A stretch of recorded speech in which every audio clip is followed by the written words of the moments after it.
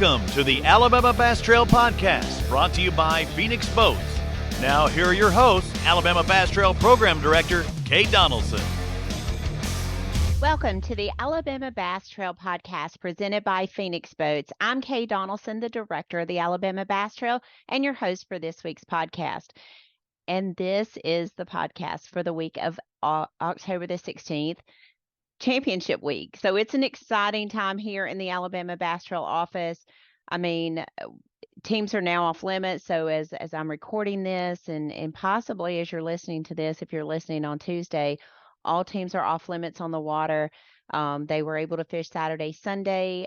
Today begins the off limits period, and teams will not be able to return to the water until 6 a.m. or a safe daylight on Wednesday. So it's finally here after 18 weeks of, I won't say being off, because it certainly has not been an off time for myself and others that work for the Alabama Bass Trail, but it's been an off time from tournaments. We haven't had a tournament since June the 24th when we were at Wheeler. So it has been some downtime in the fact that we haven't been hosting events. We've certainly been busy and doing lots and lots of other things. And certainly the fishing industry has continued to go on. And I did as best I could to fix my office to where you can't see all the stuff that I have pulled out and ready to pack and all the things for the championship. So hopefully it doesn't look too bad over here. But it is what it is. It's championship weekend. It is crazy around here. We've got hats being made. We've got all the trophies and all the things that we've picked up, and just tons of stuff going on, and getting ready also for the 2024 season. So it's been kind of busy. And as I mentioned, there's a lot going on in the fishing industry. And before we just jump right on in, I got to say, I mean, I don't know that there was anybody that in the ABT family that wasn't really glued to the opens this week, the Bassmaster Open that took place down on the Harris Chain of Lakes, because we had some guys in there, and we had some guys that were really on the bubble of whether or not they would make the Elite Series for the 2024 season. And I think we were just all kind of, I know day one I was busy filming over at Pickwick, and I'll talk about that in just a little bit, but I didn't get to watch it as closely, but I started getting text messages when the weigh-in started that said, hey, I think Wesley Gore is going to make it. I want to say he was on the bubble, and we're going to talk to Wesley here in just a little bit and kind of get where he was coming into the final event. They canceled day one, so it really cut down to a 2-day event shootout to see who was going to make the Elite Series. A lot of anticipation, a lot of suspense, a lot of anxiety probably in some of those guys that were looking to make it in through the EQs. So they fished down in Florida. I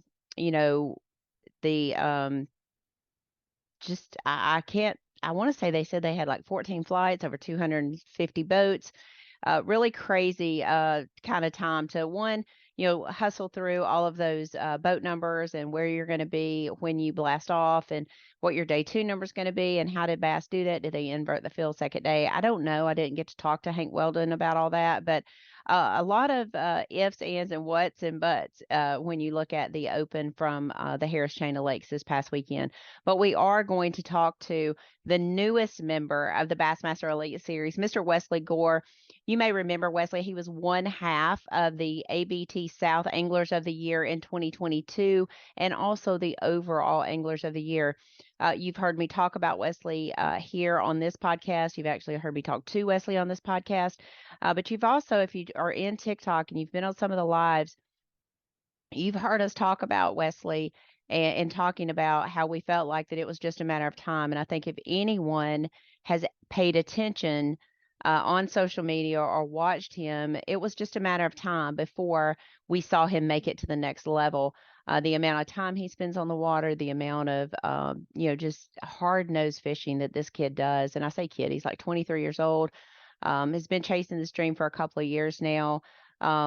Fished in college, fished in high school, has fished the Alabama Bass Trail. And we're going to talk about that in just a little bit. I do apologize. I have a little bit of some sinuses going on here. So we're going to just stay with it. We're going to deal with it. But I do want to just say, he is now the next member of a long list of Alabama Bass Trail guys that have gone on and fished at the next level. I'm just going to talk about the guys that have gone on and fished the Elite Series, since we are talking about him making the Elite Series. The 2023 Bassmaster Angler of the Year, Kyle Welcher, former ABT guy. Will Davis won through the Bass Nation to make it to the Elite Series, but has fished the Alabama Bass Trail. Justin Atkins, who is a former Forest Wood Cup winner, now fishes the Bassmaster Elite Series. Jesse Wiggins now fishes the BPT, but qualified, has fished the Alabama Bass Trail for many years, is currently fishing the ABT 100s. He was a Bassmaster Elite Series angler. Dustin Cannell, who has run I think it's called the Red Crest Cup or Red Crest. He was former ABT guy. Micah and Mark Frazier, both of those guys have fished the Bassmaster Classic, fished the Elite Series. Mr. Josh Strassner, who actually exited the Elite Series this year, but he qualified a couple years ago, and he is a former ABT guy. Mr. Brock Mosley got a win on the Elite Series this year. From Mississippi, fished the Alabama Bass Trail a few years, made it to the Elite Series. Mr. Justin Hamner, he is fishing the Elite Series this year and has fished it for a couple of years, currently fishing the ABT 100s as well. Mr. Wes Logan, another ABT guy that has gone on, got a win over on Neely Henry a couple years ago, fishing the Bassmaster Elite Series, and now ABT South angler Mr. Wesley Gore joining that impressive group of anglers, along with the other guys fishing fishing the Bassmaster Elite Series. I mean, the entire ABT family, North, South, ABT 100s is proud of Wesley. I know he has a lot of support back home from his parents, from his girlfriend. And if you don't think that this is a village, or that it takes a village to be able to go out and do what these kids, what these young men and women are doing, and I say young men and women because I did see several young ladies that are out on the opens trying to achieve this. And so it takes a village to allow these guys to spend the amount of time on the road, the amount of time on the water. And a lot of these guys are working for their sponsors, and they're doing, pro days, and they're doing demo rides, and they're doing all the things to get themselves ready to make that jump to the Elite Series. So it does take quite the village to allow these guys to go out and do what they want to do, and so props to them, and we're so proud of him. And I know for his family, for his girlfriend, for his friends, I was texting Brian Stifler, who is his ABT South partner, who is his ABT 100 partner, and said, looks like you've lost your ABT South partner. And he had nothing but kind things to say, and said, this is exactly what this kid wanted. This is what he's worked so hard for. And he's really proud for him. So I'm sure Brian will come up with a new partner for the South, still able to fish the ABT 100s, as we do allow BPT guys and Bassmaster Elite guys to fish the 100. So, just nothing but kind words. We posted on social media. We've had nothing but kind words. One of 9, you had to finish in the top 9 in the Angler of the Year points, in the EQ points. And just talk about that a little bit. This is a new format Bass came out with last year, requiring the guys to fish, 8 or 9 tournaments in order to qualify. If you only fished one division, which was 3 tournaments, then you could still qualify for the Classic. But in order to qualify for the Elite Series, you must fish all 9 tournaments, finish in the top 9 in points to qualify. And so there was a great deal of competition there. I want to say in some tournaments was 280 or so boats. But we're going to talk about some of Wesley's finishes when we get him on the phone. We are recording this on video, but we are going to have Wesley on via phone. He's driving back from the Harris Chain of Lakes, no doubt probably getting ready to start his practice for the for the ABT Championship this week on Weiss. So, but before we get into that, I do want to look at the open field, and currently there were 173 anglers that signed up for the EQ. And through conversations that I had with some of our anglers and anglers who had fished the opens before, they were really expecting to have around 110 guys that signed up for all of those. But 173 signed up, and we had several Alabama Bass Trail former anglers that fished that, and this is how they finished. Joey Nania finished 18th. He did get a win this year, so he will be in the Bassmaster Classic. You do have Logan Johnson. Logan fished the ABT and the ABT 100. He won the very first ABT 100 on Lake, he finished 22nd in the points. Josh Bragg, former ABT guy, finished 39th. Zeke Gossett, who you may know as being one half of the overall Anglers of the Year this year in the North Division, and then overall Anglers of the Year, he finished 51st in the points. Mr. Trey Swindle fishes the ABT and ABT 100s. He finished 82nd in the points. And then Griffin Phillips, who fished the ABT several years ago, finished 83rd. So out of, a lot of these tournaments had over 250 boats, but 173 that signed up in the EQ. So you've got more than half of those guys finished in the top half, the top 50%. So really unique format. I know Bass took a lot of praise over the format, and they took a lot of bashing over the format. A lot of people said, hey, this kind of ruins a working man's dream of going to the Bassmaster Classic or making the Elite Series. And I get that.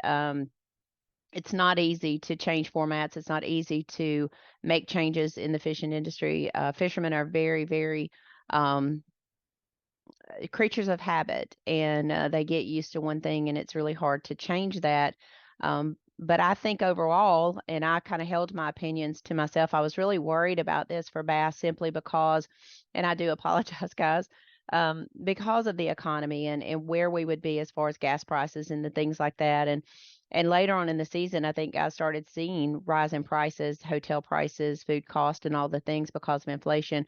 I was worried of how many people would be able to go and travel all over the country the way these guys had to. So, I do think one of the things for Alabama Bass Trail is that we are, broken down in North and South, and it doesn't require that you travel a ton. Some guys actually get to stay at home for one or more tournaments. But there are guys that travel a good distance to fish, all of our events, guys from Florida, Georgia, South Carolina, Illinois, Kentucky. They actually have to travel and stay at every event. So I was worried about that, but it seems like Bass had a really good season. Looks like the Opens did exactly what it was set out to do, was to get the cream of the crop that could go through different river systems, different lakes, certainly different weather. They started, I think, in March and fished all the way through October. So, it did what it was supposed to do. I'm anxious to see how Bass evaluates that and if there's any changes moving forward. I know they've announced a schedule with no changes, so obviously it seems like they're going to be moving forward with the EQs the way it is now. So really a cool format. Tickled to death for our guys who did well there. There are a couple other Alabama guys. I know Logan Parks made the Elite Series. He doesn't fish the Alabama Bass Trail, but I know Logan through the Auburn fishing team. So, a lot of good positive things I think came from that. I was a little jealous. Everyone walking around in shorts and t-shirts down in Florida yesterday while we were home at 57 degrees with rain. So I'll just go on and be real straight up and honest with y'all. I am mad about the weather. I don't like cold weather. As you see, I have the sniffles this morning, and I am not happy about that. And it always happens because when the weather changes, it just throws me a loop. So I feel fine. I just have a little drippy nose, so we're good. We're good. But we're going to take a quick break here from some of our sponsors, and we're going to come back and be with the newest member of the Bassmaster Elite Series for 2024, Mr. Wesley Gore. So if you would, stay tuned. We'll be right back after this short commercial break. Buying stale burnt coffee is like eating hot sushi out of a vending machine. It's just a no-no. Explosion. Cool guys don't look at them. As a veteran-owned and operated company, we take massive pride in giving back. And with your support, we've donated millions to charitable organizations and veterans. Do you have a lightsaber leg, Jay? Yeah, I got a lightsaber leg. When you sign up for our coffee club, you get fast free shipping directly to your door.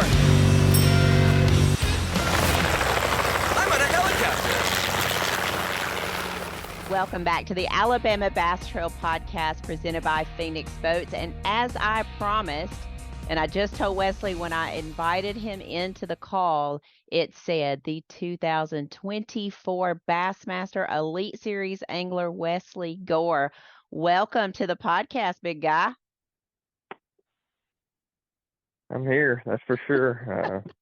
Actually about to drive to Texas here in a few minutes, or here in a little bit, but yeah, we actually have got it done, so it's official, and there's no one that can ever take that away for sure, but we'll be after him here pretty soon.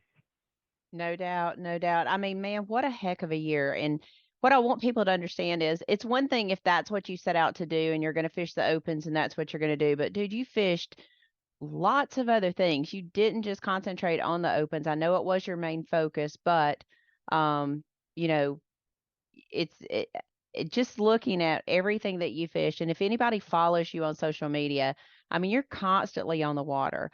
21 tournaments. I want to point out though, 21 Bassmaster events. You've cashed a check in 11 of those. 2 top 10s, 5 top 20s, and 7 top 30s. I mean, that's doing work, dude. I mean, I've been very fortunate, and I've been able to. I go out there and I put in daylight to dark, but I also don't overdo myself. So I make sure that I just try to figure out what's going on each day. I try to figure out the day itself, and with 225 of, I mean, I haven't fished an elite event yet. I'm going to get to, and I will be able to tell you then. But if it is any harder than an open to compete, I will be shocked just because you're fishing against so many different types of guys. So when you go to an event like that, you just got to find everything possible, from fishing in the crowd to trying to get out of the crowd, the weather and all this stuff. But I mean, we go out there and we try to find as much as we can. I've never pre-practiced for an open event. I always just go in the 4-day regulation time, and I just make sure that I'm out there from daylight to dark every day. I generally take off the day of meetings and just get all my stuff together and just go fishing. But yes, I've been very fortunate to be able to cash a check in several of the events. We kicked it up kind of here at the end, knowing that I had to have a couple better than a check finishes after having or not a terrible tournament, not a good tournament though. And we made sure that we were practicing a little bit different than what we had in the past. I made sure I knew how to catch a big one if I needed to. So. Well, I know we got to watch a little bit on live there at the Harris chain, but before we get into the schedule and what you guys had to endure this year, because I looked at it, I kind of watched throughout the year, but then when I went back and actually looked at the schedule and the dates and everything that you were at these certain lakes, it certainly did encompass lots of different ecosystems, bodies of water, river systems, things like that. But I want to talk about, I mean, fishing big time tournaments is not anything that's foreign to you. I mean, you and Brian Stifler won the Angler of the Year last year in the Alabama Bass Trail South Division, and overall had a heck of a year. Probably one of the most exciting tournaments that we saw at the Alabama River in the 10 years that we've been going to the Alabama River. You guys caught them. We're back at the dock by 10:30. I mean, it was so dialed in of what you knew you needed to do, how fast you needed to get there, and how fast you needed to get out. I mean, making big time decisions like that, coming back to the dock, not risking having any motor damage, any damage from the floating debris and everything that's in the water. You've been faced with those big decisions, in the Alabama Bass Trail Tournament. So I think that well equips you to go out in the opens and compete the way you did. And I will say this, I talked to Brian or text him as we were getting down to the closeness of the weigh-in winded down. I said, looks like you've lost your partner. Talk about what it means to fish with somebody like Brian Stifler. Brian means a lot. I mean, Brian, he gave me an opportunity, believed in me from the beginning. I mean, I was just pretty much just a young, lost high schooler, just with a chance. I mean, my parents obviously were giving me an opportunity, but Brian's done so much for me that besides just fishing, that without him or Ben, that's his actual another really close one to me, that they gave me an opportunity to go out here and pursue that crazy, being able to fish the opens. And I mean, it's without them, it wouldn't be possible for sure. And they, even from just growing, I mean, being in the boat with Brian, I mean, he's such a good business person. He's provided me with a lot of background on how to approach things once I do make it. And he's always believed in me, so he calls me all the time. He says, man, you don't have nothing to worry about. You're going to make it. But, it's when you're competing against people like you do in the opens, it's hard to believe that till it gets down to the end of it. But they've definitely gave me an opportunity. And gave me a chance to go out there and do this. So I mean, them two, they mean the world to me. I mean, they're up there. I make sure they know that all the time, and they teach you so much more than just fishing. I mean, like Brian says, he said this several times. He was there more to support me and give me other information and tools to take with me on than it was fishing. But don't let him ever tell you didn't teach me something about fishing, because both of them guys have helped a whole lot. Well, But we'll get to go one more time. I got to go to a meeting in Texas, and I guess I'll get to fish one more ABT Championship, and we're gonna make sure we fish it. But we'll be back and able to do that, and then obviously we'll fish the hundreds. But yeah. As far as ABTs, this will be the last one for a little while. Yeah, well, we're super proud of you. I don't think, I've been very fortunate to get to know Brian a lot better over the last year, and same with me. Like I've been able to call Brian and just bounce things off of him, and he's one of the guys that was instrumental in starting the ABT 100. He came to me at Weiss Lake and said, "Look, we need a high dollar tournament. We need a high dollar entry fee and a high dollar payback in a limited field." And he was one of the guys that really hounded me about it, and I say that in a good way. Like he could see it before I could see it. And a lot of times that's what you need, is someone, to get your own self out of your way and do something. And so Brian was really instrumental in that. And he certainly believed in the Alabama Bass Trail since its inception, and then the Alabama Bass Trail 100. So I know exactly what you're saying about how he gives you other tools and gives you just really good advice and just little nuggets to take with you. And I know when I text him, he said, "This is what the kid has wanted. This is his dream." And he certainly kept his head down and done it. And he's very proud of you. So just really cool. I know you room with some other guys on the Alabama Bass Trail, and they've all been talking, really favorably about your performance all year. There's a guy that you had dinner with last year, Damian Willis, who says you might be the best forward-facing sonar guy he's ever been in the boat with. He said it just is phenomenal at the amount of talent that you have at a young age. And so it's not just ABT South guys that take notice. I want you to know that. But let's kind of walk through this schedule. The EQ format, when it came out, what were your initial thoughts when they announced the EQ format? I knew going into it. I mean, obviously when changing the format from 3 tournaments to 9 to qualify you, I feel like I have a better chance, just because I'm not a guy that's gonna. Obviously, I can win here a lot more, but traveling off, I feel like I don't fish a lot of times necessarily to beat those guys. But I feel like I fish a lot to be consistent. So I felt like I could be very consistent over the year and maybe mix in a couple of good tournaments, knowing Lake Eufaula, thanks to the super fan from the year before. I had put in a lot of time down there, and I'd figured out that place like the back of my hand. So I knew I had a good opportunity at going down there and it being one of my better events. And so I went down there, and when that event rolled around, I had that one marked on the list. Toledo kind of scared me, just because I actually had never put the boat in at Toledo, and it is forced to run around on. But then we go to Virginia. Kerr didn't bother me, but I'm not gonna say I didn't mark on the list. It's a lake that don't have a whole lot of real big ones in it, so I knew that as long as you could find a little bit better than average fish, you could stay in contention. Then we roll around to Wheeler, which I actually felt pretty good about Wheeler, just because it was here at home. The time of year the fish are starting to get offshore. That just suits my style of fishing. But that tournament, we'll get to that in a second. Yeah. But, yeah, I have an asterisk beside Wheeler, to be honest with you, because that one shocked me. I know you skipped. I think you follow ABT. You follow maybe to come to that one. So yeah, we're going to talk about that one in a little bit. Go ahead. I think you follow Oklahoma was next. Oklahoma, that was another one that I was terrified of.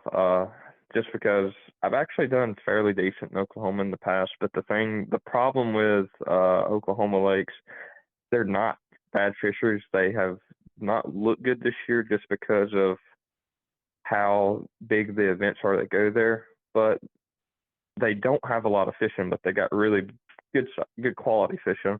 But the problem is when you put 200 boats on it, it's very tough after 5 days of practice 225 guys catching 8 or 10 a day. That's a couple thousand bass a day, you know, and then you put in tournament, people catching them. Those lakes just don't recover very well in the period of the tournament. So it becomes very difficult to catch keepers at them events. But we actually ended up surviving. Should have had a really great event, but we had some things happen on the second day. We survived it. St. Lawrence, been there, wasn't scared of it. It did shock me how well they still caught them out of Waddington, because that usually changes the whole diversity of that place. I know you look at the elites and they're like, oh, they're catching 27 pounds, but we can't go to the lake when you put in at Waddington. They don't allow you. And plus, we're 105 miles from it. So, I mean, you got a long, long way to go. So I didn't even think about that. And then the last three, I told several people this. I said, if I have a chance going into the last three, I feel like I can make it. Watts Bar, I was excited about just because it's a very tough fishery, especially in September. And I like that fall time fishing like funk, just because I can usually figure out something with the scope deal. Fish are starting to get nomadic and chase bait. And then I can piece together something on the bank and still something on that's target oriented, which is actually what I've done at all three events. I figured out something in all those deals. And Ozarks burnt me a little bit, but we'll pick apart each tournament, and if you want to here in a second, because I can talk about it, because there was a lot of emotional, mental changes just throughout the year, because I was in, I was out, I was in, I was out, I was right out, I was in. So there was a lot that you have to endure through that time, because if that's what you're trying to do, that it's tough being in and out all the time. And going into the last one, you're the first man out. So.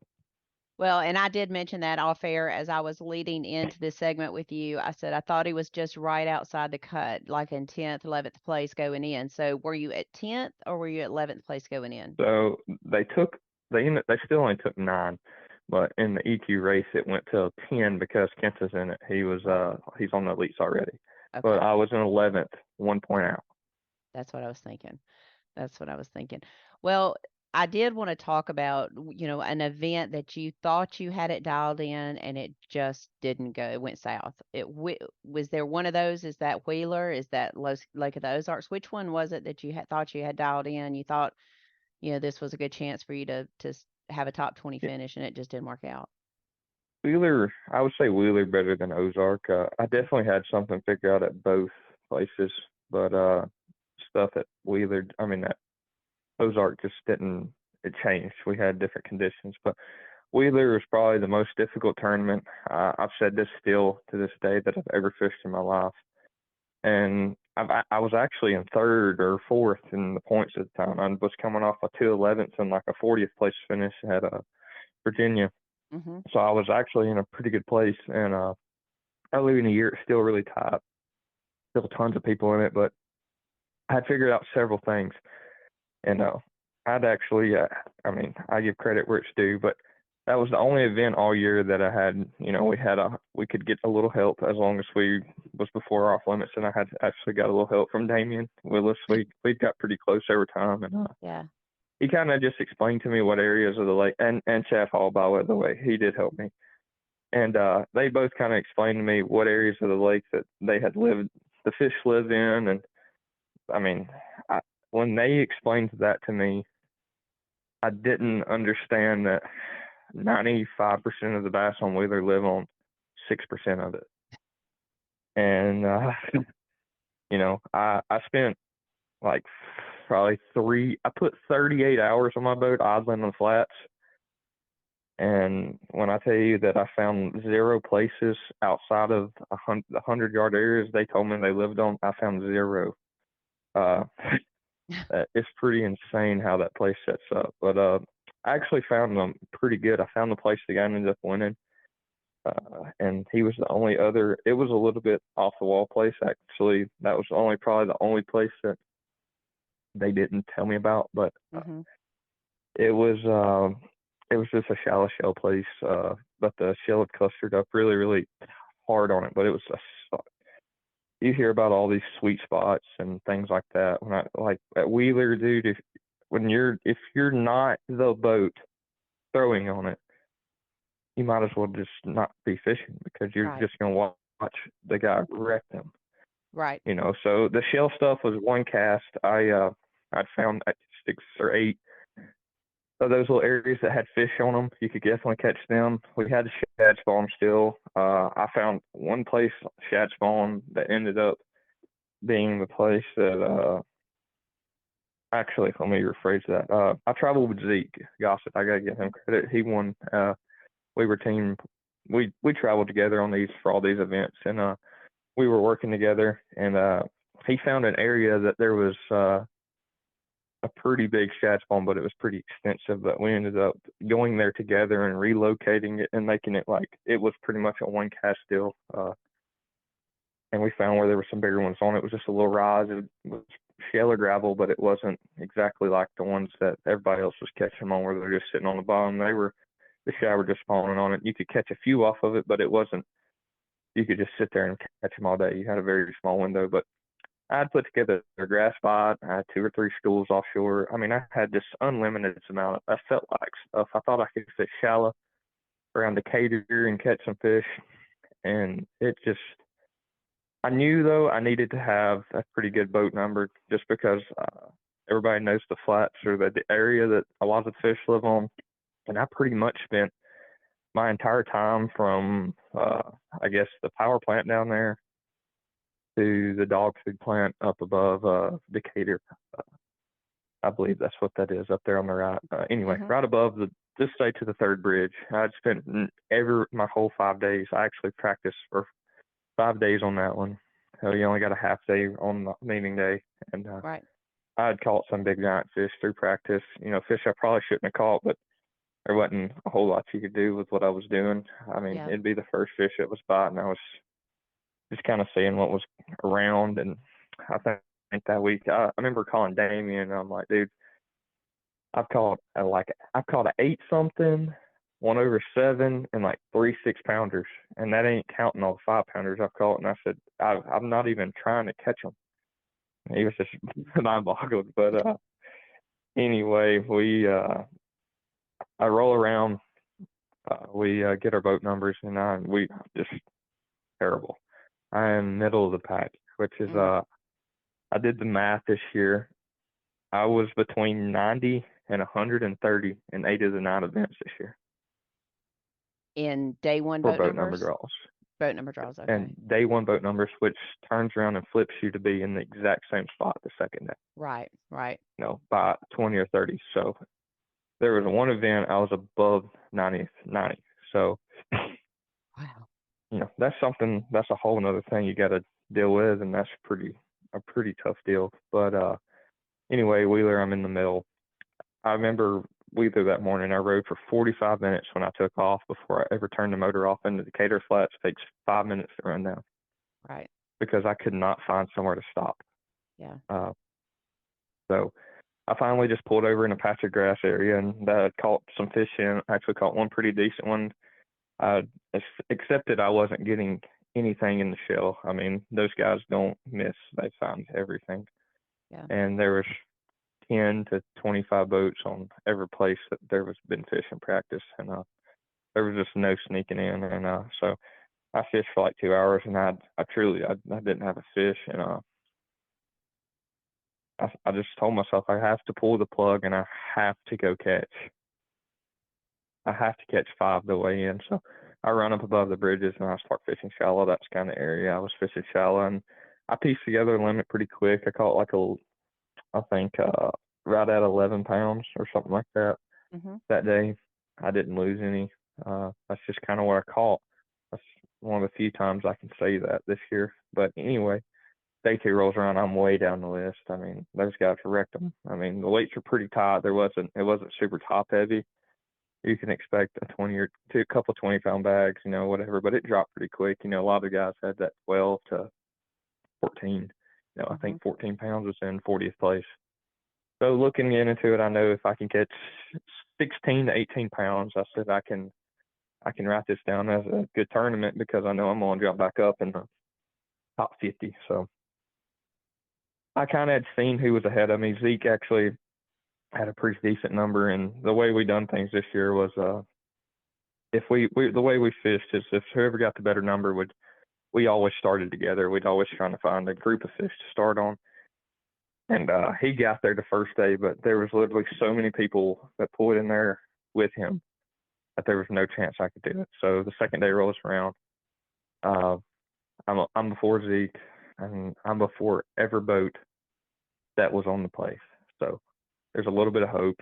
So we take off. I'm running down. Naturally, the day I get it, there's 3.5 to 4 footers rolling down the lake. The wind's blowing.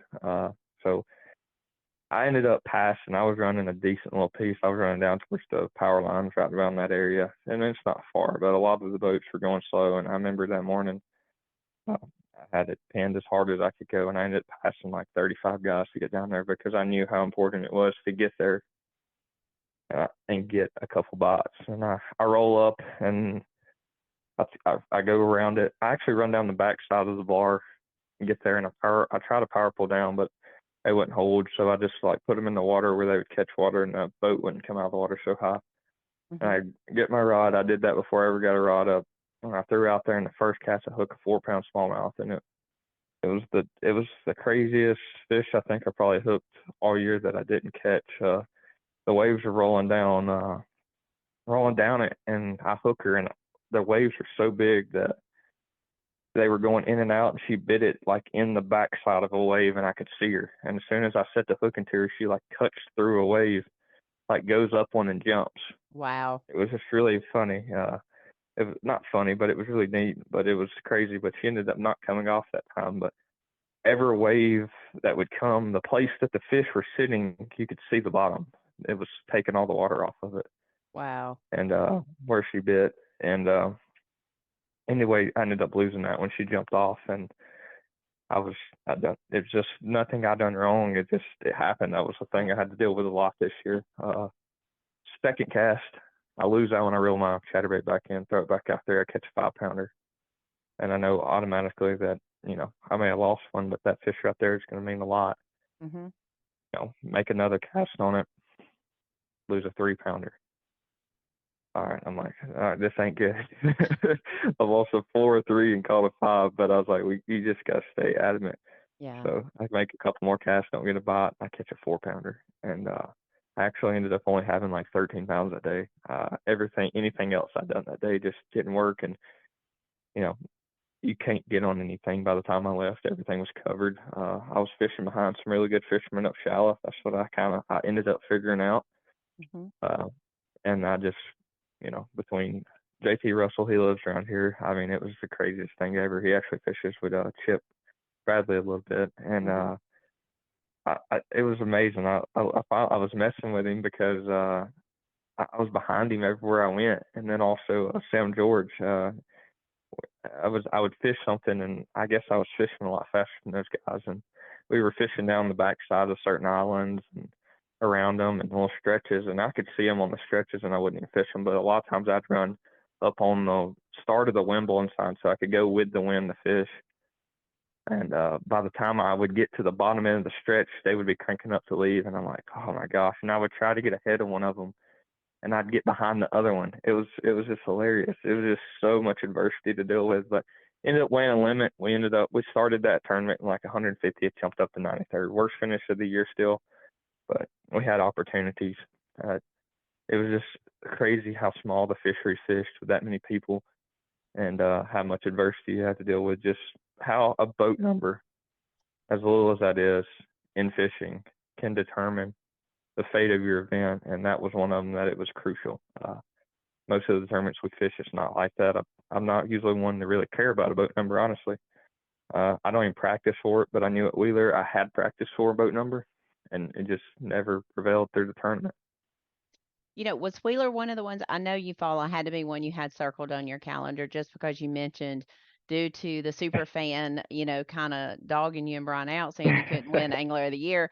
You did spend a tremendous amount of time at Eufaula looking at graphs and spending days and days and days ahead of the event, just focusing on graphing and all of that. Outside of Eufaula, Alabama, what tournament on that list did you have that you said, this is going to be my tournament? Watts Bar I felt like was a event I've actually never been there, but just knowing the the setup for that event, I knew it was going to be a very difficult event. I usually do pretty good at events that are grinders that people, Hmm. if it's a grinder on like Santee Cooper, I'm probably going to be okay, but not as good because I mean I catch big ones, but I don't. Some of these guys are crazy. They catch like 9s, 10s, and that just generally don't happen for me. I don't know if I just don't practice for that, but I did do that at Harris Chain, but we'll talk about that. But anyway, Watts Bar is an event that usually, whoever can bring in a limit and you can have a good event. And I felt like that's something that I do well at. I'm one of those guys that, I didn't weigh a limit 3 days this year. I had 4 fish 3 days, but every other day I weighed in a limited bass, and I had the opportunity every day that I weighed in 4 to have 5. So I could have almost fished the entire season and weighed a limit every day. But anyway, Watts Bar, I knew the lake was going to be doing several different things. I knew you could find several patterns, but I knew it was going to be very difficult to catch 15-inch largemouth there. And also the smallmouth had to be 18. So I completely X'd off the smallmouth. I said, I got to go find something that's going to be consistent. So I ended up looking shallow there. I found a little bit shallow, but I didn't do it. But I went to One Creek, and when you have a tough event, what I found to be better is, I find a lot of times you can find One Creek and you can just figure it out. I practiced 4 days in One Creek, and I Wow. figured out everything I possibly could about that creek. And I found, I feel like anything that was off the bank, I found. I had hundreds of brush piles.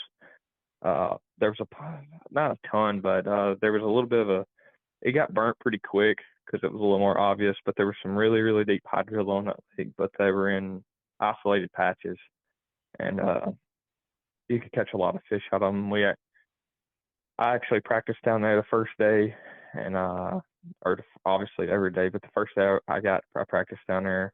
I called Zeke. He had been up the river. Anyway, he went up the river again, and I've been down there, and I called him like, dude, you got to get down here. I'm like, you can catch fish down here. Like, there's no doubt. And even at this time,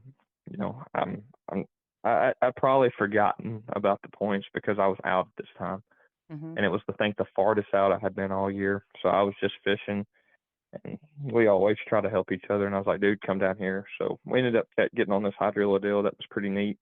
But there was one place in that event that probably meant more than any. It was, I can probably only say this, that event, I had a place that no one else in the field had. And I wasn't looking for that specifically, but there is a couple people that over time we've found a few of these. But anyway, it was a spring, and I knew it as soon as I seen it what it was. It's an underwater spring, and I couldn't believe it. I mean, it's crazy. They're pretty magical places. But I ended up finding it. I marked it, turned around and fished it. And there was just like 50 bass in it, and I Wow. caught like 3 or 4 out of it in practice, and none of them were keepers.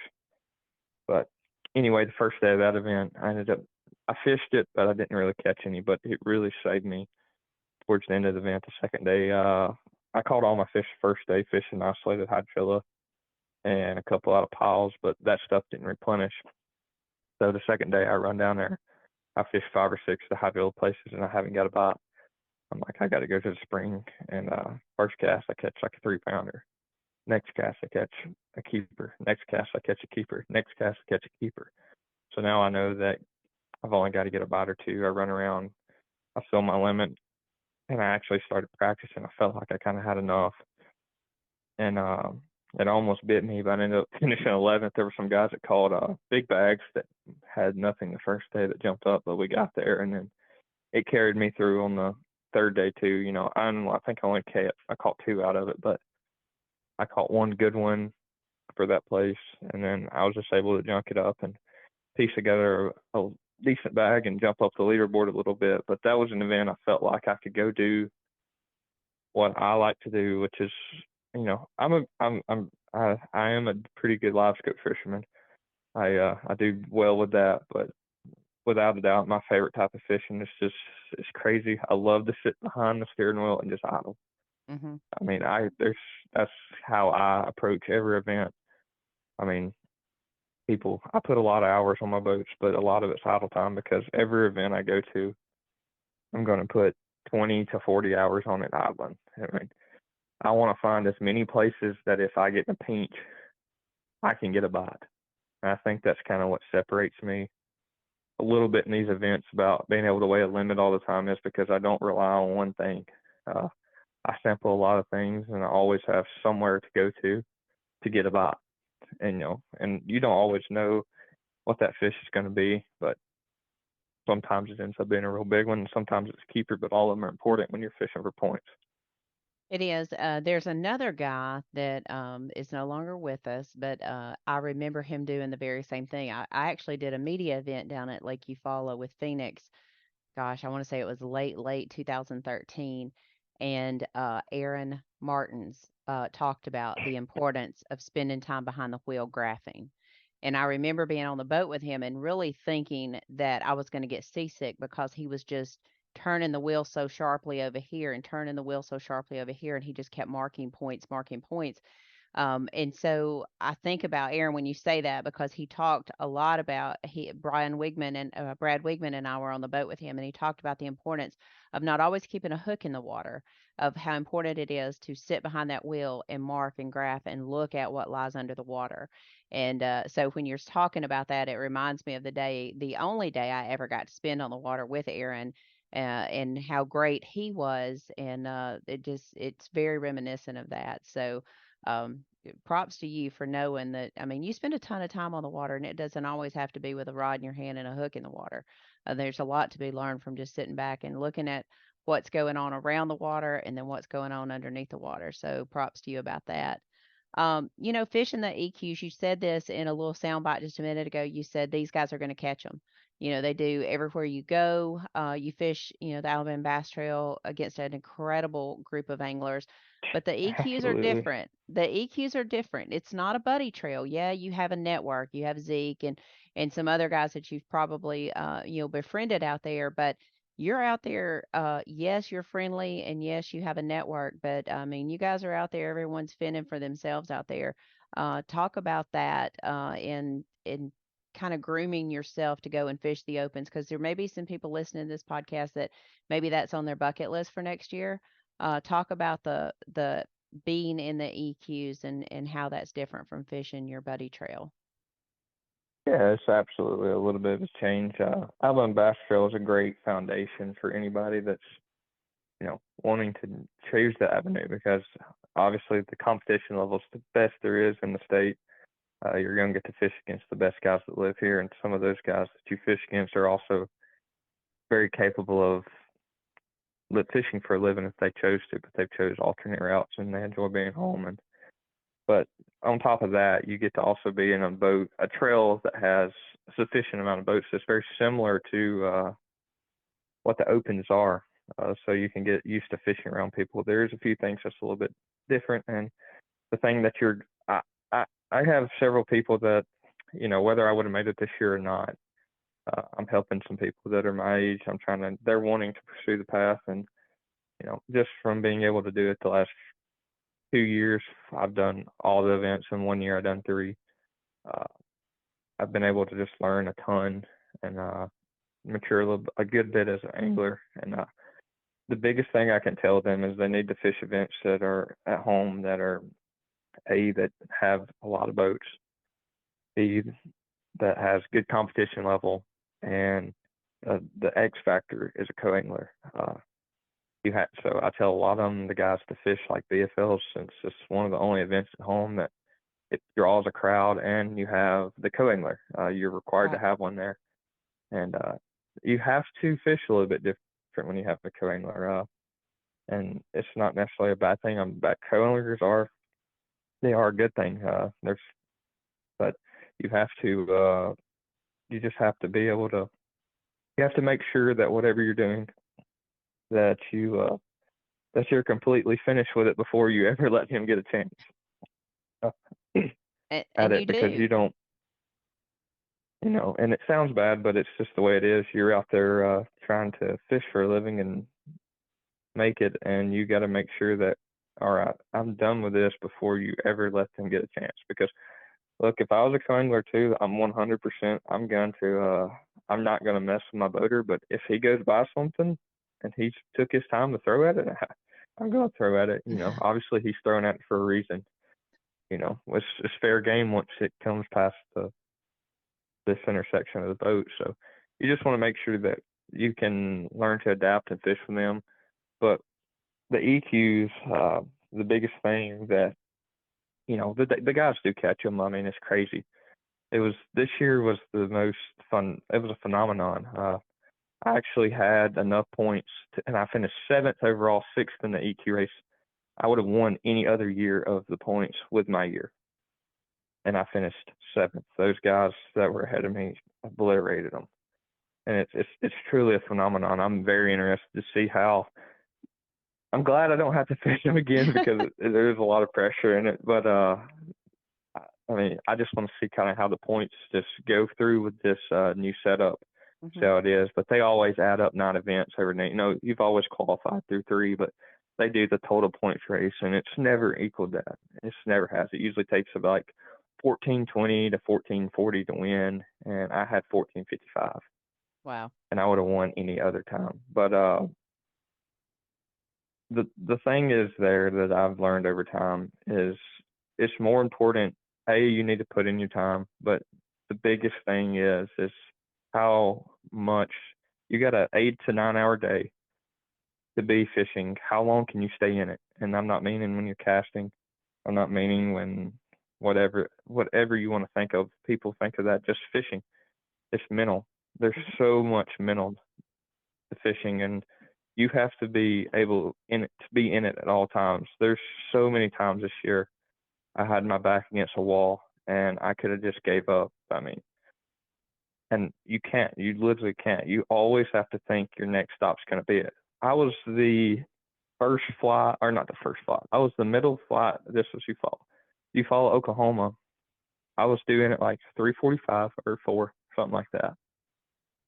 And I had 0 fish at midday on the first day of that event. I had not had a bite. And I ended up catching 14 pounds. And I ended up catching 30 keepers. But I could have easily just stopped. And I mean, easily, because I also traveled with Jason Lambert. I had seen him on the water. I ran by him. I remember stopping and I said, "Man, you got him." And he looked at me and said, "I got 17 pounds." And I'm like, "Oh, dude, I have 0. They're biting somewhere. And I have 0.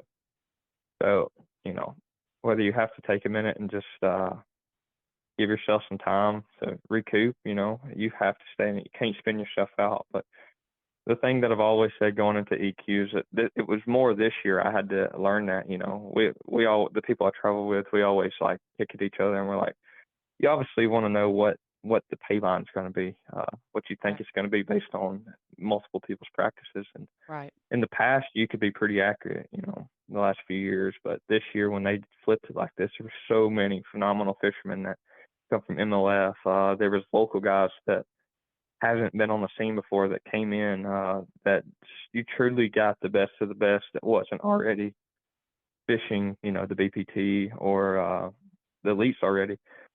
You had that, and you still have some of those guys that jump in a couple divisions just to fish. Mm-hmm. And you're competing against all those guys. You're competing against the best locals. You're competing against some of the pros. You're competing against the best guys that are not on a tour yet that are trying to get there. So, and those guys don't miss. So what we figured out, and I've never done this, we always were within a pound usually of what the cut weight was going to be based on practice. You could determine it. But we practiced this year, and we'd all mess with each other. And like you follow Oklahoma, it was a tough event. And we're all like, it's going to take like 9 or 10 pounds a day to get paid. And well, by this time we'd already figured it out. So then we always added 2 pounds to everything. So we were like, it's going to take 20. It's going to take 12 a day instead of 10 a day, because those guys catch them. I mean, they literally don't have bad days. It's amazing. I mean, they do, but there's enough people there that it may not be the same person, but you have to stay up at the top of the board. So every time you put the boat in, you have to catch as much as you can, unless you just catch a giant bag. You have to catch as much as you can because they're gonna catch them. I mean, if you go look at some of the race, John Garrett, for instance, I think he weighed in less limits than I did, but he had such a stellar first day that he didn't have to catch a limit the second day Right. several times to stay up in there because he caught that guy right there. I don't know how many times he started after the first day in second place. I mean, he had several phenomenal first days, you know, and that always makes it a little bit easier going out there and you fish a little bit more lax because you're not trying to make up any ground. You're just trying to maintain. So you know that you don't have to do near as much. But Right. the people that are wanting to pursue that path, they have to make sure that they're mentally prepared for it more than they are physically. Everybody that we fish against here, ABT, Opens, EQ rate, EQs, any of those people, they can all fish. You truly, maybe you're a little bit better at some of the guys at something, but you're not better than all of them at everything. And you just have to make sure you can beat them mentally and not necessarily on the water, because a lot of times guys will be beat mentally before the day's over. So, Right. I mean, I can't necessarily say that. I'm not going to tell you, and a lot of people say this, that, oh, I caught one my last cast, that cold. That's never happened to me. And I fish for a long time, and I fish a lot. But there's been many a times that I could have gave up, and I didn't. I mean, y'all got to probably watch that at Harrison. The first Yeah, we day did. where everything happened the first perfectly, and the second day I had my first spot at 11 o'clock, and my camera guy actually wasn't filming at the time. He was eating or taking a break at something. But my first spot was a 3-pounder, and I lost it. It was the first spot I got, and half the day's gone by. So, Yeah. but I knew that I had to mentally stay in it and just stay after them, and that if it was meant to be, I was going to catch them. So you just got to stay in it and fish as efficient as you can and prepare yourself for that, because it's pretty different. I mean, I remember the first time I ever fished one, I backed down on the boat ramp beside Greg Hagney, and it's different, you know. Well, I was You going to just ask you, semi. there was a couple personal questions I wanted to ask you. One was, at the Elite Series level right now, is there a guy, or, I mean, there's no gals right now in the Elite Series, but is there an angler that is on the Elite Series right now that you look up to, that you're like, man, if I could have that career, if I could, is there someone like that you look up to? Uh, there's several. I mean, truly, there's a bunch of them that have had phenomenal careers, and there's several guys that I would obviously love to do that, but I more have a group of guys that I really like to keep up with, just because I like the way they fish. You can call them role models, but both Drews, Drew Cook, Drew Benton, I think they're phenomenal fishermen. Actually, I spoke to Drew Cook like once, never spoke to Drew Benton. I think they're really good fishermen. Okay. Patrick Walters, he's probably one I would have to say that I would love to shake my career after, because he catches them everywhere he goes. Yes, he does. That would probably be the three main ones. Okay. I really enjoy watching those three people fish. They do a good job at it, and they keep an open mind, and they're willing to adjust, and that's the thing I like to see, and I've actually done myself. Good. I don't like to sit and do one thing and burn, because you can do that whenever you're fishing. I've done it. I've done it this year, but you also got to be able to change and just go fishing. Yeah. Lake of the Ozarks, nothing I practiced and worked. I literally just went fishing. Yeah. But I knew how to catch a big one, and I made a post a few weeks ago. I caught a 6-pounder the first day and a 5-pounder the second day. I weighed in 4 fish both days. The most important 2 bass I weighed in all year was those 2 bass, because those were the ones that gave me a chance going into the last one. Right. Right. I want to talk to you. I want to ask you a question. I know when I called you earlier, you said you were on your phone. You were on the phone with your dad. I've seen your parents at different events, and I said in the segment before I brought you on that it really does take a village. You've got to have a lot of people that support you, not just financially, but being a soft place to land when you come home from a 95th place finish that doesn't just say, hey, man, you should just give it up. Your parents have been there. I know your girlfriend made a post of how proud she was. Talk about your village a little bit and what they've meant to you over this past 2 years and trying to achieve your dream of getting to the Elite Series. But I'm going to say it. A lot of people say this, but I truly believe I have the best support group. I may not have the biggest, but I have the best. I have people that text me outside of just those few people that they keep up with me. They keep my head up. My girlfriend, she stays in it, but stays out of it. It makes her nervous. She can't stand to watch it. But, I can you know, understand that. my mom and dad, my dad, he is all in on it. And, Yep. without him, I would not be. He's definitely played it. My mom as well. She can't do it so much with it because it's fishing. You know, she wasn't in the boat with me at high school level, but she's always been super supportive. And Dad knows how I fish. He's been with me the most, been in the boat, so he has a little bit of constructive criticism more sometimes, but he's definitely gave me the opportunity and believed in me since I was a wee little fella, you know, and he's never told me that I was in the wrong place and told me that I was crazy for chasing this crazy dream because he had faith in me and he knew that's what I wanted to do. So, yeah, whenever you have a good event, he's happy. But, you know, the way I grew up, he still always has constructive criticism no matter what. But I think this was the first tournament, this past one, that I ever come home from, and I did not get any constructive criticism. I think it was good. I mean, even at Watts, I finished 8th there. There was constructive criticism. I guess you could call it that. But he just likes to pick at me, Wheeler and stuff like that. There's a lot of emotion. The years when you fish those events, they're long, they're tiring. You're away from home a lot. You miss a lot of people. You don't get to see your family, and you don't. You know, I'm to that age now. It means a lot to be at home and be around everybody. So it's tough on you because you're gone for periods of time that are very extensive. And there were some events that people got to go with me, and it made it a lot easier. My dad would go to a couple of events to help me drive, and he knows how I fish daylight to dark. So a lot of times he'd have food cooked whenever we got back to the house, and I could go to bed and stuff like that. And it's just the small things that matter. It does. You know, when you're familiar with my son that plays baseball, and and I say the same thing. I'm his biggest fan, but I'm also probably his harshest critic.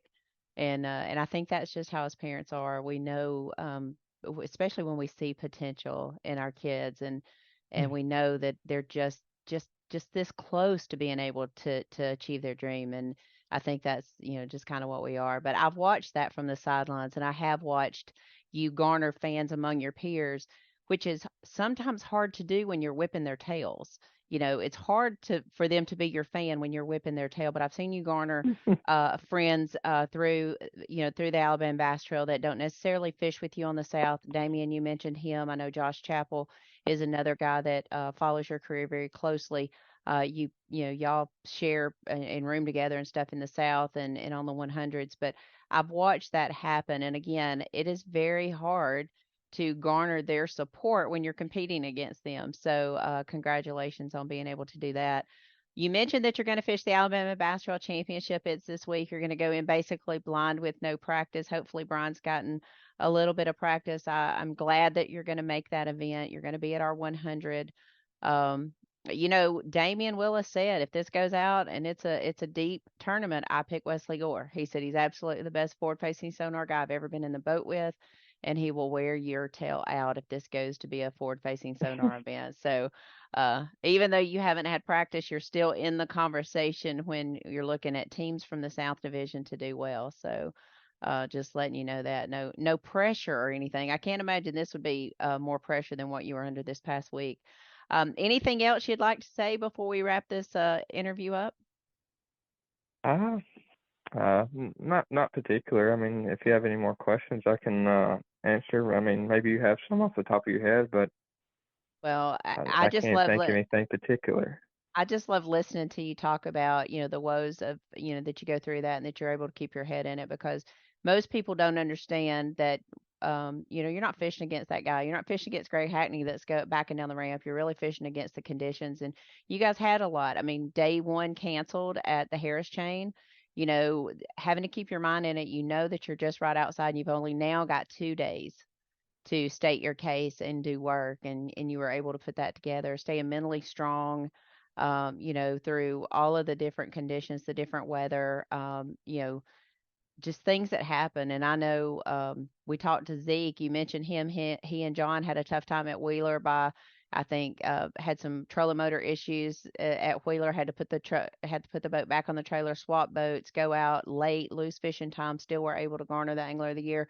You've done that before, so you were able to kind of know what Zeke and John were going through after having won Angler of the Year in 2022. So I think your story about having a good network, having a good friend group, people that you can, rely on, that, whether it's just to talk about an event or to seek out, advice, but, you've always handled yourself in a good way. You've always represented the Alabama Bass Trail in a very positive way. And I don't think I can say this any more truly, that I believe everybody here in the Alabama Bass Trail just wants to send you a warm congratulations and let you know just how proud of you and how much we'll be watching you next year on the Elite Series. Well, I appreciate it, and we're going to go out there and we're going to try to go make everybody proud. So we're going to see what we can do. We're going to put in our work. We've made it, but the work isn't over. It just began. So now we're going to start working for some different goals and see if we can make a mark on them guys. Well, good deal. Wesley, thank you for taking time to speak with me this morning. Be safe on your travels, and I look forward to seeing you Thursday at Weiss Lake. That will work. Thank you, ma'am. All right, thank you.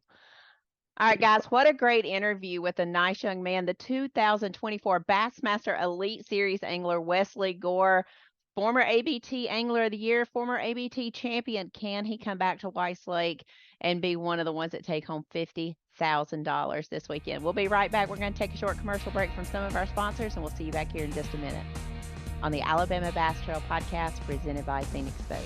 On the weekends, some folks step up their game, like bringing home Jack's Fan Faves Value Meal, our chicken nuggets, mac and cheese, and a drink for just $5.99. Now, Miss Ashley, I ain't saying she can run a post route, but she's got hands as golden as the nugget she snags. The fresh, hand-breaded, all-white meat chicken is a catch in itself. Try them with our handmade sauces. Score our Fan Faves Value Meal for just $5.99. It's quite a haul.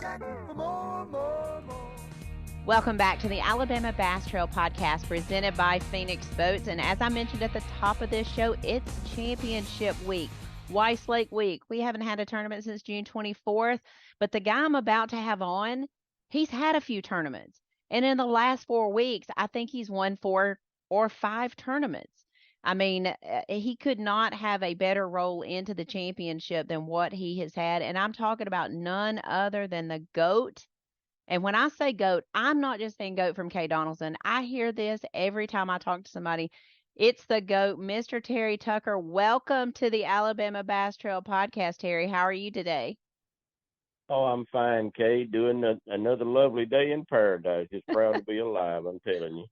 Well, I mean, dude, it is not bad to be Terry Tucker right now. It's going on how you look at it, okay? Because I mean, I got several grandkids that when I'm doing good in tournaments and everything, I got a house full of grandkids wanting something. You know what I'm saying? Well, I mean, you've got a few extra dollars right now to pass along. So I even sent you a text yesterday or last week and said, "Hey, can a girl borrow $1?" I mean, and the thing about it is, dude, it's been from Smith Lake to Weiss Lake to Neely Henry Lake. I mean, you're taking everybody's lunch money. Well, I just been blessed. I've been making the right decisions, and it's just I don't know. It's just everything's clicked for me here lately, and I've been making the right decisions on doing everything.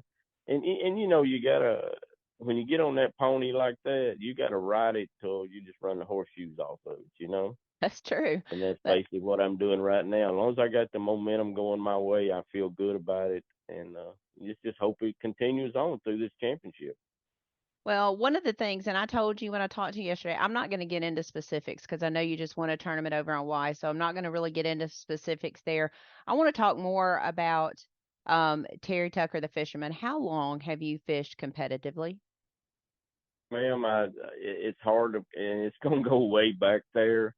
I think, which I was born and raised on Weiss, uh, been most of my childhood up there, and still got the place on Weiss too. But Weiss has changed over the last few years. But I've been competitively fishing probably since I'm gonna say the late '70s, probably when we had a lot of trails around here. I think one of them was Rick's Trail, and then we had the Nabbit, and then I was fishing some of the Redmans back then. So it's been a long time. It's been so far back I really just can't remember, to be honest with you. So now you fish the FLW tour. Yes, ma'am. I mean, you fish at the very top level of competitive bass fishing. I know that, you were still trying to figure out all those schedules when the Alabama Bass Trail started. And then a couple years ago, you decided you were going to jump in the Alabama Bass Trail. I know that you'd been hounded about it. I know Mark McKegg had talked to you several times about it. And but you still had that, kind of want to fish the top tours, but it just became more increasingly hard with scheduling and then conflicts and both with BASS and at the time FLW. So started fishing the Alabama Bass Trail and just talk about your decision to do that a little bit. You and I talked a little bit about that yesterday off air, but talk a little bit about your decision to join the Alabama Bass Trail.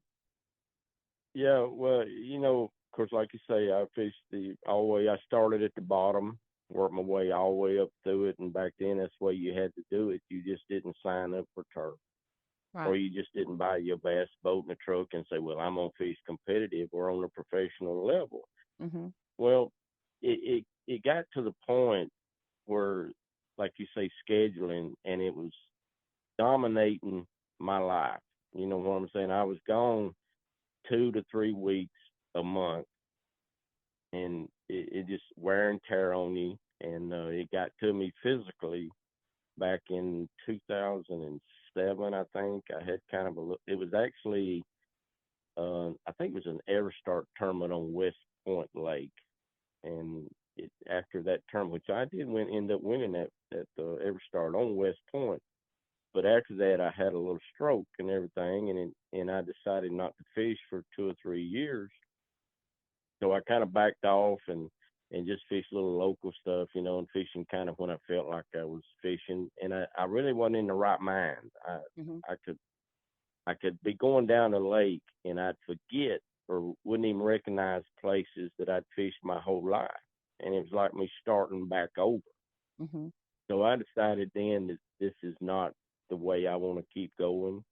And don't get me wrong, I want to be competitive, and I want to be competitive at the highest level I can. Mm-hmm. But the highest level tournaments now are not, to me, this is my personal opinion, are not what they was years ago. Okay, Mm-hmm. it's a totally different atmosphere out there. Is a lot of politics involved, and it just wasn't the way I wanted to do things. So I decided then, in the conflict on schedules, I couldn't fish nothing else. I either had to be in New York practicing for a tournament, and I'd miss a big tournament here around local or in Alabama. Mm-hmm. And I just got tired of it, and it was taking a toll on my family. I didn't get to spend time with my family, and sponsorship commitments and stuff like that back then. It was just too much, okay? Mm-hmm. And I just wanted to back down, and I said, well, I've been looking at the Alabama Trail for a couple of years now, and I've seen the payouts and the way you run things and the way everything goes over, how it's organized, and how good it's actually put on a tournament. And I said, well, this is probably what I'm going to change my scheduling to do. So I backed back off the tour, and then I got completely out of the coastals, I think, then. But I had a good career in it. I'd done good in the tour, and my only goal that I never did make during the tour was to make the Forest Wood Cup. And that was one of my bucket lists, but I never got to do it. But in the Everstarts and the Costas and things like that, I'd actually won 2 of them and been as far up in that as I could get with the Mm-hmm. championships. And I said, well, I'm not gonna make the. I'm getting older. I'm in my middle 60s now, and I said this is what I want to do. I can sleep in my own bed most of the time, maybe a night or two out of town or something like that, and it's just not as hard on me. I Hmm. can relax, and I feel more comfortable fishing now, and actually I have a good time about fishing. Fishing the highest level you can, there's a lot of pressure, Right. commitments, and you got to commit to do good, Right. and you want to do good because there's a lot of spotlight on you. So Right. this now, what I fish now, I can relax. I'm not worried about tournaments. I go fishing and I have a good time fishing now. Hmm. I'm not under a lot of the pressure of pleasing everybody else that's around me. Now I can fish to please myself, Right. and that's what I decided to do. And I'm a lot better shape now, mentally and physically, and I'm ready to fish. I'm ready to go. You signed up for the North and the South ABTs. Now you're fishing the 100s. I mean, we have a lot of talk about the Alabama Bass Trail, but the 100s don't get the talk that the ABT does. I guess just because there's fewer events, but um, that is a fun format. That 100 boat format, big payouts, still the buddy type trail. Um, I mean, to me, I mean, it's so quick. Hour and a half will get everybody in the boat. 10-minute blast off, hour and 15-minute weigh in. It just goes by so quickly. And you jumped in those this year as well. Yeah, I enjoy the top 100. Trust me, it's probably to me, it's more competitive than any FLW tour or Everstar or Costa that I have fished. It's more competitive because you got the best guys in this region that's competing. Okay, and any one of them top 100 guys can fish the tour or anything they want to do at the highest level they want to, and be competitive. Right. And that's what I like about it. I like competition. And don't get me wrong, I'm not competing against the other 99 guys or the other 224 guys in the regular trail. I'm competing against the fish. If I can figure out how to catch fish, then I'm not worried about the other people. I can beat the other people. Right. So it don't matter to me who's fishing, and that's a lot of the mindset of a lot of fishermen too. Oh, we got to beat them, we got to beat them, we got to beat them. No, you ain't got to beat them. You got to beat the fish that you're after. Right. And it's not a sport like basketball, baseball, golf, or anything like that. You cannot control your quarry. Right. You can't control what that fish is going to do. You can't read his mind. You Right. got to stay ahead of him, and you got to figure him out. And I think years of being on waters and learning how to pattern fish and how to follow fish and what they do certain time of the year, certain moon phases, certain cold fronts, certain water conditions. You don't learn that off a computer. You can. Now, don't get me wrong, and these people do it, but I still think you got to really learn what your quarry does in Right. order to stay up with the fish. And I when I was fishing, I studied fish. Trust me, I had aquariums that I would put bass in, and I would monitor them, watch them, certain weather conditions, what they did, certain temperatures, what they did. And I learned to read maps. We didn't have all of this electronic stuff that we got now. So to me, the old school fishermen that come up in my era are good fishermen. They know their quarry. It's not like turning on a graph or computer and say, well, yeah, the fish are moving shallow this time of year. They're trying to bed and everything like that. I, that's how I learned. And people say something to me all the time. Well, Terry, you don't even have graphs on front of your boat. I don't want graphs on front of my boat. All I want is GPS, and I'd still be happy with just a flasher. But it's just where you grew up fishing and how you Right. learned to fish, and Right. and that to me that's the biggest part of it. Well, I kind of alluded to you've had a good last 4 or 5 weeks. Talk a little bit about the Yeah. tournaments that you fished and your wins because I'm not sure you fished anything in the last 4 weeks that you haven't won. So talk about that. No, I've been fortunate, and Smith Lake, to me, was always a lake that I shied away from. Okay, I mean, I'm a river rat. I was raised up on the rivers, smaller lakes, rivers, systems like that. And Smith Lake to me is one of the lakes that I was kind of not scared of, but I didn't know how to fish it. Right. I didn't know how to attack it because it's a deep, clear water, and the banks are different. It's all rocky banks, and either you got rocks or you got mud, Right. and I had to learn how to really fish it, and I think I've figured out how to catch fish at Smith Lake. It's not really my style, but I've had to learn to adapt a little bit on catching and the fish. And the first top 150 solo that I won this year, the championship, I had a mixed bag both days, but accidentally I caught a big largemouth every day. And actually, I caught them largemouth where they shouldn't even be. You know what I'm saying? Yeah.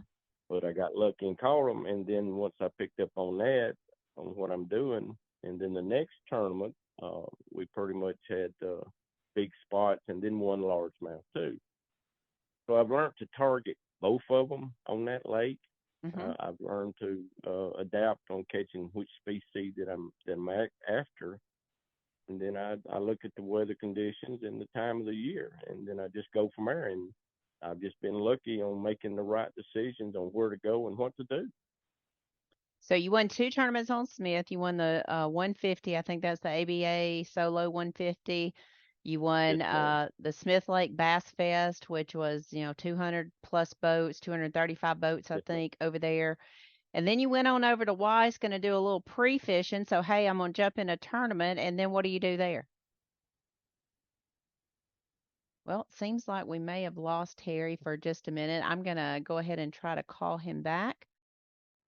All right, guys, we are back. Alabama Bass Trail Podcast presented by Phoenix Boats with Mr. Terry Tucker. We just recapped that you won 2 tournaments on Smith Lake on a roll, and then you head on over to Weiss, going to do a little practice and jumped in a tournament, and tell us how that went down.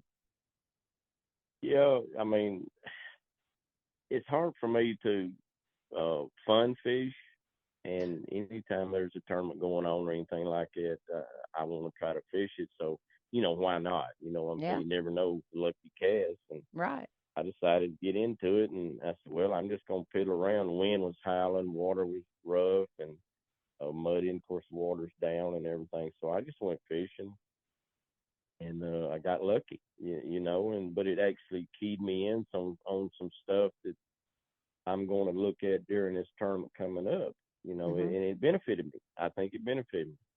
And I'm not to say that I think I hurt myself by fishing that tournament, because we're still from that day, we've still 4 or 5 days off, Right. and things are changing at Weiss.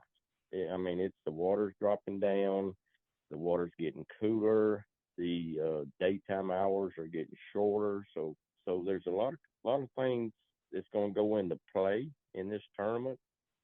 But I did make the right decisions the other day, but I don't know how them decisions will play out this weekend, because we're, like I say, the water's going down. Mm-hmm.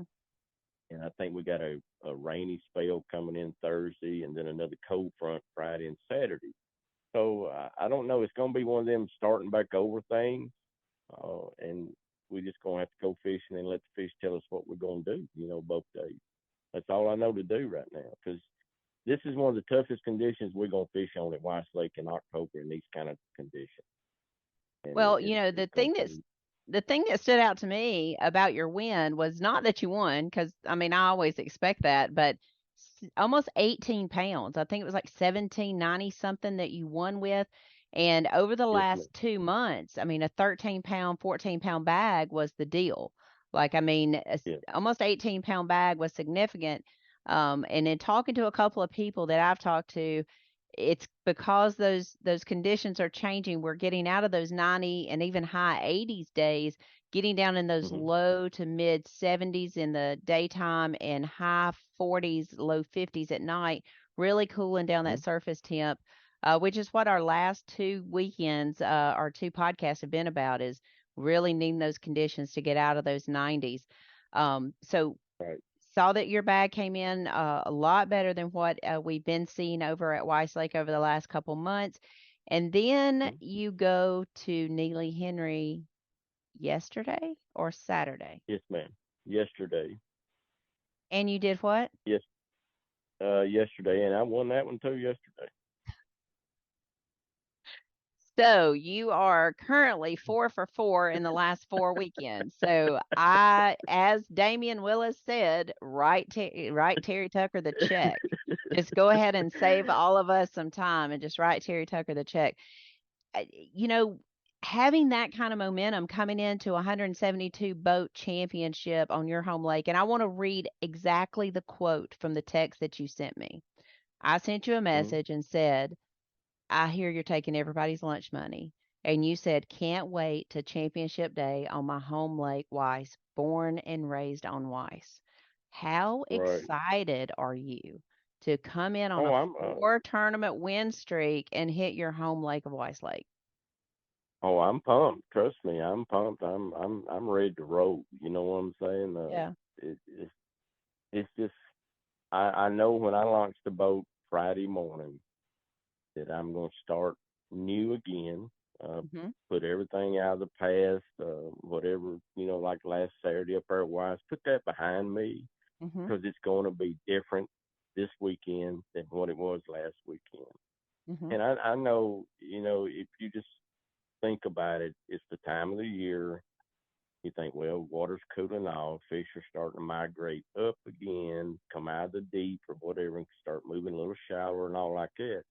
But you got one thing that's knocking that in the head. You got falling water. And that's the worst thing you can have on any kind of a tournament is falling water. Right. So can you do like you caught them a week before, or you're going to have to fall back and punt and try something different if what you think's going to happen because the water's failed? Right. So I'm going to have to wait till Friday morning to see what the conditions are on where I'm going to start and what I'm going to do. And it's going to be a toss-up. I mean, there's going to be some fish still caught shallow. Trust me, they are. And there's going to be fish caught deep. But how deep, how shallow, who knows? So we got to wait and see what the conditions are Friday morning. If and you we got had a cold front to deal with. I know, a cold front. Well, looks like we're going to have about a 60+ chance of rain on Friday. I don't think anyone is surprised by that, as it is an Alabama Bass Trail event, and we can always count on a rainy cold front coming in. That's for dang sure. Looks like just looking at the weather on your first day of practice on Wednesday, can be high of 72, low of 45. Thursday, high of 71, low of 53. Friday, small cold front, high of 65. Low of 45, but we have, let's see here, what is the rain chance there? 69% maybe, let's see, 66% chance of rain. Wind is going to be west northwest at 11 miles an hour. So going to have a little bit of weather to contend with on Friday if the weatherman is worth his weight in gold. And then Saturday, 68, low of 44, 100% sunny, very small 5 to 6% chance of rain. If you had to pick your weather conditions for October on Weiss Lake, what weather conditions would you pick? Well, first of all, I wouldn't want to be fishing right on a cold front. I don't mind it 2 or 3 days after the front comes through, but I don't. If I had my perfect conditions on Weiss to fish a tournament, it would be low in the 50s, high in the 70s. Maybe a southern wind, because I know what's going to happen this weekend when the front comes in. I know it's saying northwest, but we're probably going to have a north wind, okay? And we're probably going to have that 10 to 15, maybe to 20 mile an hour wind, probably the first day and maybe Saturday morning. I'm not sure yet. But that's usually what's going to happen this time of year. Every front's going to come out of the northwest, and we're going to get that northwest wind. And that's probably one of the worst winds you could have being on Weiss Lake, the way it's laid out, the way it's positioned. So my perfect conditions would be stable weather, 50s at night, 70s in the daytime, light winds, and that would be the perfect tournament on Weiss coming up. this time of year. But All right. like you say, we got too many obstacles. We got to deal with the cold front, got to deal with the north wind, and we got to deal with water dropping. So it could be a little tough tournament, and it's going to come down to the guy that figures out how to track them down and follow them. That's who's going to win it. You know, we haven't had a lot of rain in the past 6 to 8 weeks in Alabama. It's kind of been rather dry. We're at 6 inches below what we normally have on rainfall for the year. So it's going to really affect the current. Now, we had a little bit this weekend, expecting some on Friday. Maybe they're going to be pulling some water, help current. Will that help you at all with what you're doing? Oh, Or yes. Yes. Okay. Yes, the current will play a big role this weekend. And see, Okay. my concern, and I really don't know what's going to happen. I know they're fixing to draw down Neely Henry, Right. and there's two things that's going to happen with Weiss. Either they're going to drop Neely and hold Weiss up, or either they're going to go ahead and drop Weiss, dump it into Neely. Neely dumps it out. Then you got Weiss Lake, Winterpoo. Then you're going to have the drawdown on Neely. That is worst case scenario. That's probably the worst thing could happen if they went ahead and just dropped the bottom out of Weiss, dumped it into Neely, and then Neely's going to dump it on down. Then they're going to keep both lakes down. Ideal situation, what I would like to see is they're holding Weiss Lake up, letting them go ahead and drop Neely Henry and keep the water in Weiss. Then when they get ready to bring Neely back up, then they'll drop the water at Weiss, okay? Mm-hmm. That would be the best case scenario on Weiss Lake that could happen, right? Okay. So I don't know what Alabama Power is going to do, and nobody does know. But that's the two things that could happen. Well, we certainly know the power company has a lot of power when it comes to bass fishing. I got a couple more questions I want to ask you. I told you I would not get into your specifics, baits, areas, what you were targeting, anything like that, out of respect for you and the tournament that you have coming up. Day one, you want an early boat number? You want a late boat number? It don't matter to me. Okay. I would like, of course, like every other bass fisherman this time of year, they want the late boat flight. Mm-hmm. Yeah, I want late boat flight both Okay. days if I could get them. You know, yeah, I mean, I'll take either thing because it's all about fishing anyway. But I prefer a later boat flight Saturday or earlier boat flight on Friday. Okay. I want Do to have that. Go ahead. on day one, and you stumble on a big school of fish, and do you lean on them? Do you catch as much as you can catch, or do you manage them over 2 days? I'm gonna not lean on them.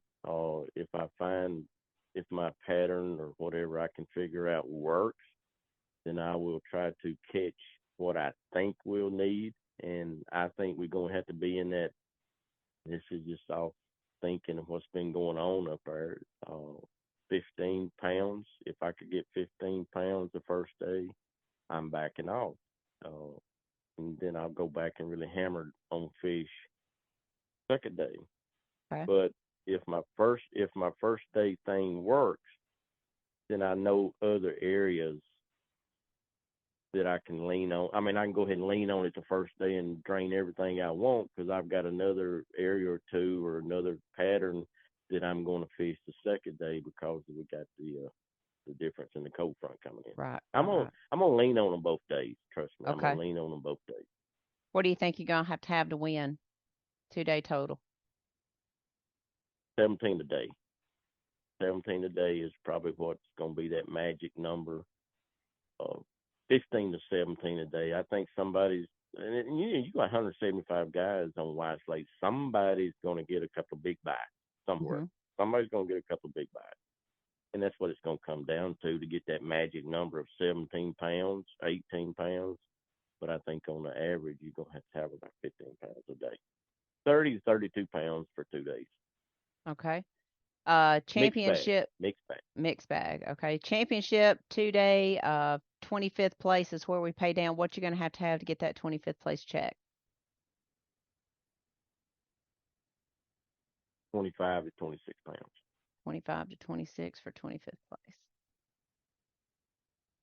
All right, guys, y'all heard it from the GOAT himself. And dude, when I say GOAT, I'm talking about Mark McCad calls this guy GOAT. I'm talking about, everybody from the Coosa River calls this guy the GOAT. So you got to stand up and take notice of that. And I'm looking for him. And boat numbers have already been chosen. I don't have them in front of me to even see if he's anywhere close to what he's hoping for. But I mean, there you have it. I promised him, I wasn't going to ask him tactics. I wasn't going to ask him any of that stuff. I don't think that's fair to do that. I don't want to put him in an area where he might need to tell me a fib. So I'm just going to steer clear of that.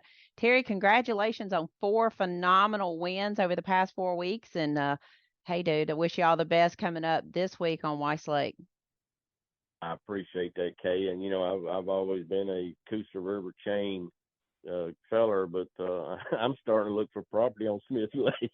Hey, dude, I'm not even going to talk about the fact that you are in that 100 in 3 weeks over at Smith Lake. And I mean, you fished against the Wiggins, you fished against the Sams, you fished against Brent Crow and all the guys that are known to catch them over there, Chad Hall and all those in Smith Lake Bass Fest, and you whip their tails. Mm-hmm. So it's going to be real interesting to watch it on the Alabama Bass Trail 100 boats going after $100,000 as well. But let's get this championship taken care of, and then we're going to head on over to Weiss Lake and see how you fare over there. I appreciate it, and we'll do our best over there, and whoever wins it is going to deserve it. I can tell you that, because it's not going to be an easy tournament. Whoever wins it really get it figured out.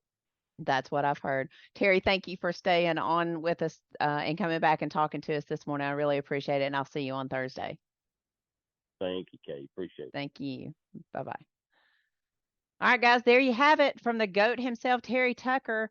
2023 ABT North, ABT South, ABT 100 angler. I mean, I was told when he signed up that, Kay, you're going to write this guy a lot of checks, and I have done that.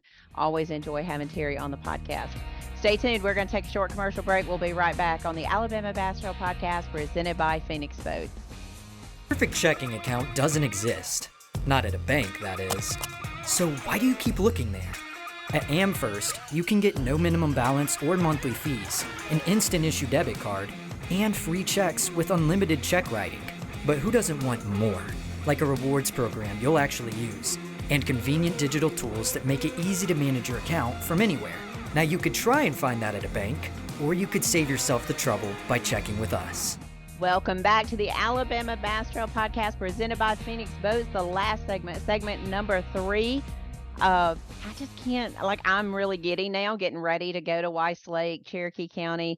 Can't say enough about the volunteers over there, about the Cherokee County Chamber of Commerce, the town of Leesburg, all the volunteers that they bring out, the fire department that's going to be helping us out with the national anthem and the flag display this weekend. Looking forward to all the things Alabama Bass Trail Championship. We're going to be recognizing our top 18 teams. We're going to be sending on down to Florida to the Bass Team Championship. We'll start interviewing those people on the podcast soon. But man, when you think about all the things that's going to be going on this weekend, it's going to be a busy, busy time. This kind of just transitions us into the segment of things to see, do, and eat in the state of Alabama. And over the last 5 years, we have really seen things develop over in Cherokee County. The development of Chestnut Bay over the past 10 years, they're continuing to expand that, adding the campground, adding the water park, just a ton of things over there for families to do. You have great hiking. Northeast Alabama is one of the most awesome places if you like to hike. Certainly very good if you like to go fishing as well with Weiss Lake, the campgrounds, the water park. Additions like decks and docks, the pub downtown. Just tons of things for families and fishermen, and if you're going on a mancation, a family vacation, things to do. So make sure that if you get out in Cherokee County, go to the Chamber of Commerce website, www.cherokee-county.org. Full list of places to eat, places to visit, places to stay there on their website. Appreciate Joy Perry and the staff there at the Chamber being our host this week. We'll be on the ground there on Wednesday, getting things set up. The trailers will come in on Thursday, pre-tournament meeting Thursday night, and we'll kick off around 6:30 on Friday morning. We are 2 days away from day one action. Remember, 6:30 a.m. blast off. We'll be doing live starting around 6:30 there at Weiss Lake. Get all those guys blast off. Should take us around 15 minutes to get them out and fishing. We'll be on live till 11:30. You'll have Robbie Floyd, Darian Craig, and Kenneth Grover all coming to you live on the water. I'll be back in the live studio there on the banks of Weiss Lake. Looking forward to bringing you 5 hours of live coverage both days, and then the weigh-in will start at 3 p.m. each day. So looking forward to that. Lots and lots of people in this mix that can take this title. I do want to remind everybody you can watch everything on alabamabasstrail.org. You can watch on the Alabama Bass Trail Tournament Series Facebook page and on the Alabama Bass Trail TV YouTube channel. So please make sure that you are subscribed to that YouTube channel to see all of the action. We are 17 short days away from the ABT 100 on Smith Lake. Terry alluded to that just a little bit. 100 teams, $100,000, and 100% payback to those guys. We will crown an Angler of the Year, and they will be fashioning some awesome belts. I'll have those on the podcast next week so that you can take a look at them now that we are on YouTube. Looking forward to that. It's going to be a slugfest. The colder it gets, the better that lake fishes, and it should be a absolute slugfest. People like Jesse Wiggins, people like Wesley Sims, people like Brent Crow, Mark McKegg. Wesley Gore is going to be there. Don't you think an extra $25,000 in his pocket would be good going into the Elite Series? He'll be at the championship. We're going to see him there going for $50,000. You know that's got to go a long way in making sure that he has a great year out on the Elite Series. And you know he's going to be after him. ABT 100 teams for 2024. You have until December the 1st, 2023 to pay your balance. You'll be getting some reminders, email, and text messages on that coming up in the month of November. Also, ABT teams, you have until January the 2nd of 2024 to pay your balance and get ready for that. But I did want to mention that the UAB Blazer baseball team will be traveling to Stark Vegas over at Mississippi State for their first fall game. I'm going to miss that, but Mama's got to work. But my heart will be in Starkville, Mississippi with my son Jake as the Blazers take on the Mississippi State Bulldogs in their first fall game. But that just about does it for this week's podcast. I do want to thank the 2024 Bassmaster Elite Series angler Wesley Gore for taking time to talk with us. And I didn't want to limit Wesley today. This podcast is really long. But I didn't want to limit him. He's worked so hard to get there, and I wanted him to be able to talk about everything he wanted to talk about. And I wanted to give you guys just a little insight about the young man that is leaving the Alabama Bass Trail to go chase his dream on the Elite Series. Hopefully you enjoyed that. And then also Terry Tucker brings tons of information, tons of guidance, just lots of experience out fishing the upper level trails, and then what he brings to the Alabama Bass Trail. We're thankful that he chose to fish with us. We know there are lots of choices, and hey, the Alabama Bass Trail can't keep you busy 52 weeks a year, so there's lots of other trails out there that Terry's participating in. But tickle to have him fishing the Alabama Bass Trail North, Alabama Bass Trail South, and the ABT 100. Very thankful for him.